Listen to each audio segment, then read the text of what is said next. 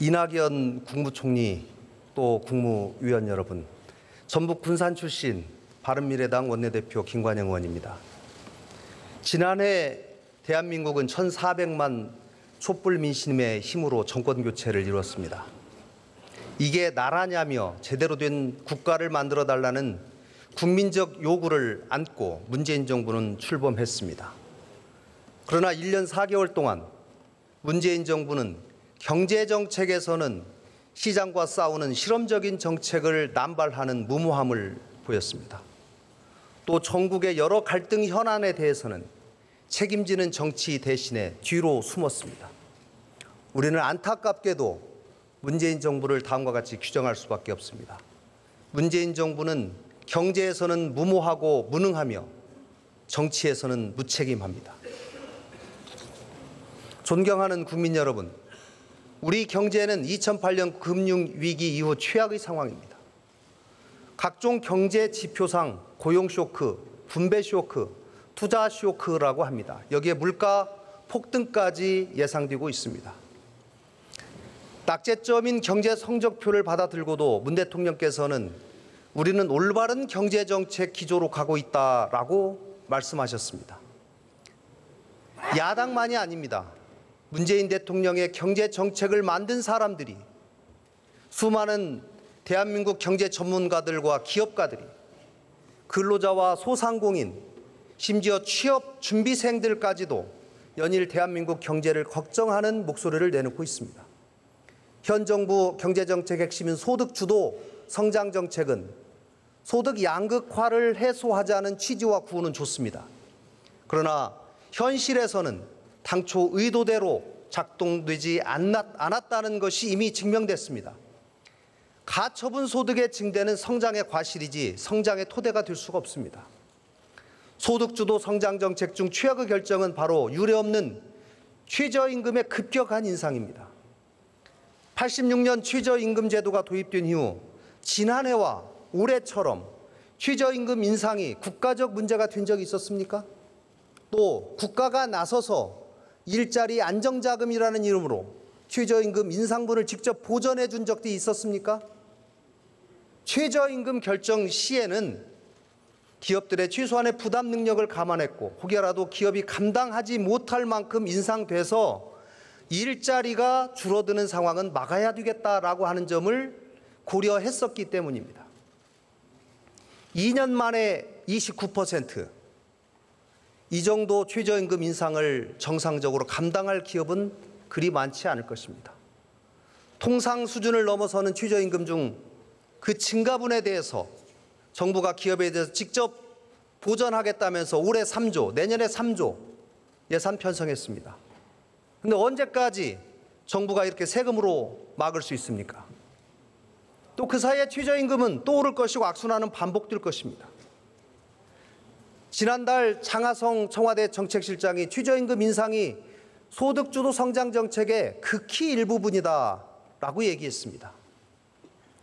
최저임금 인상이 극히 일부분이라면 소득주도 성장을 이끌 다른 여러 가지 방법들이 있다는 말로 저는 이해가 됩니다.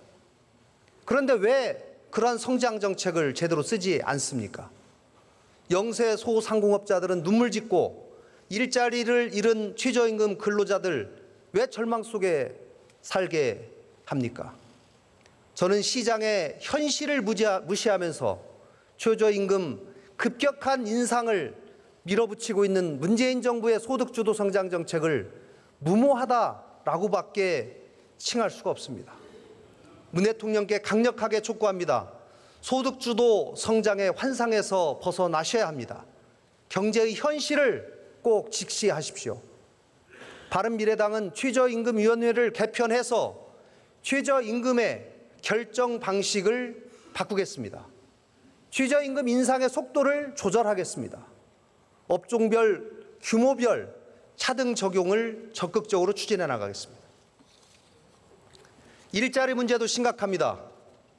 일자리 정부를 표방했지만 결국 일자리 실패 정부가 됐습니다. 사실 첫 단추가 잘못 꿰어졌습니다. 이 정부 출범 당시에 임기 내에 공무원 일자리 17만 개를 포함해서 81만 개의 공공부문 일자리 확대 정책을 펴겠다고 했습니다. 청와대에 설치된 일자리 상황판은 정부 예산으로 만든 일자리를 확인하는 도구로 이용되고 있습니다. 일자리 예산으로 2년에 걸쳐서 약 54조 원을 투입했습니다. 내년에는 또 23조 넘게 투입하겠다고 합니다. 특히 공무원 수를 늘리겠다는 정책이 채용 시장에 준 신호는 심각합니다. 정부가 일자리를 직접 고용하면 방법은 쉽습니다. 그러나 이것은 역대 정부 어느 정부도 하지 않은 자제를 해온 하책 중의 하책입니다. 올 7월 기준으로 우리나라 취업자 수는 약 2,700만 명입니다. 전체 공무원 수는 중앙직, 지방직 합해서 약 100만 명입니다. 전체 취업자 수의 약 3.7%에 불과한 공무원, 그 공무원이 되기 위해서 취업준비생의 약 40%가 공시족이 됐습니다. 공무원 일자리가 는다고 하니까 구직 시장이 더욱 심각하게 왜곡되고 있습니다. 중소기업의 미충원율은 12%로 더 높아져 가고 있습니다. 중소기업 등 민간 부문으로 진출해야 할 신규 인력들 상당수가 공공부문 취업을 준비하고 있는 상황.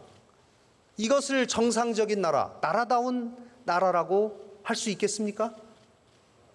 전 세계적으로 공무원 일자리를 감축하고 있는 것이 추세입니다. 한국만 공무원 일자리를 늘리고 있습니다. 일자리는 민간에서 만들어져야 지속성을 담보할 수 있습니다. 또 기업이 성장하고 투자 여건이 형성될 때 늘어날 수 있습니다. 마크롱의 프랑스 사례를 문재인 정부는 면밀하게 살펴볼 필요가 있습니다. 노조 강국, 복지 강국이었던 프랑스가 마크롱 이후에 변해가고 있습니다. 10.5%까지 치솟았던 프랑스의 실업률이 올해 상반기에 8.9%까지 감소했습니다.